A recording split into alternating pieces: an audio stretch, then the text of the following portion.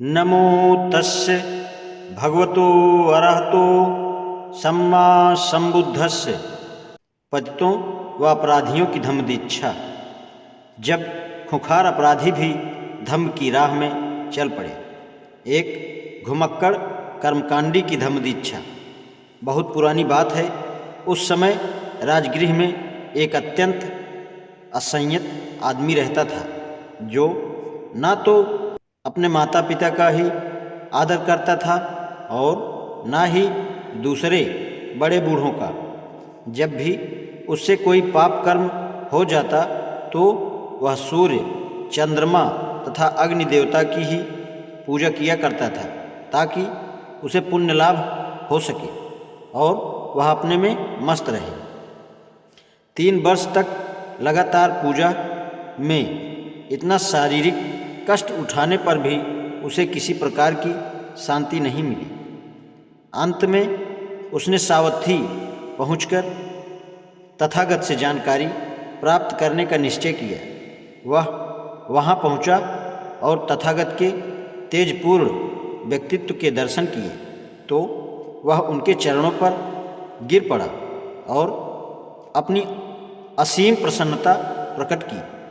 जब तथागत ने उसे बताया कि पशुओं की बलि देना मूर्खता है और ऐसे बाह्य कर्मकांडों में लगे रहना व्यर्थ है जिनका मन पर कोई प्रभाव नहीं पड़ता, जिनमें साथ के आदरणीयों का आदर नहीं होता और उनके प्रति कर्तव्यपूर्ण व्यवहार का ज्ञान भी नहीं होता।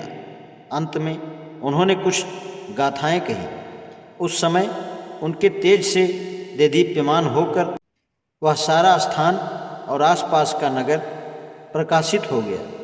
तब उस गांव के रहने वाले ग्रामीण, विशेष रूप से बच्चों के पिता माता, तथागत की पूजा करने के लिए उनके पास आए। बच्चों के माता पिता को देखकर और उनके बच्चों के बारे में सुनकर तथागत मुस्कुराए और ये गाथाएं कही।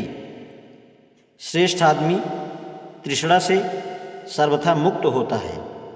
वह स्वयं ज्ञान संपन्न होकर प्रकाश युक्त स्थान पर रहता है।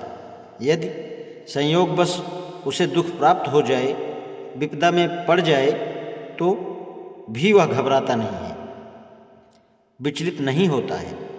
वह बिना व्याकुलता के प्रसन्न रहता है और उस समय वह अपनी बुद्धि का ही परिचय देता है। भद्र पुरुष सांसारिक बातों से सरोकार नहीं रखता। वह न धन, न संतान की और न जमीन जायदाद की इच्छा करता है। वह सावधान रहकर सीलों का पालन करता है। वह सर्वोच्च प्रज्ञा के पथ पर चलता है और विचित्र सिद्धांतों, धन अथवा सम्मान का अनुसरण नहीं करता।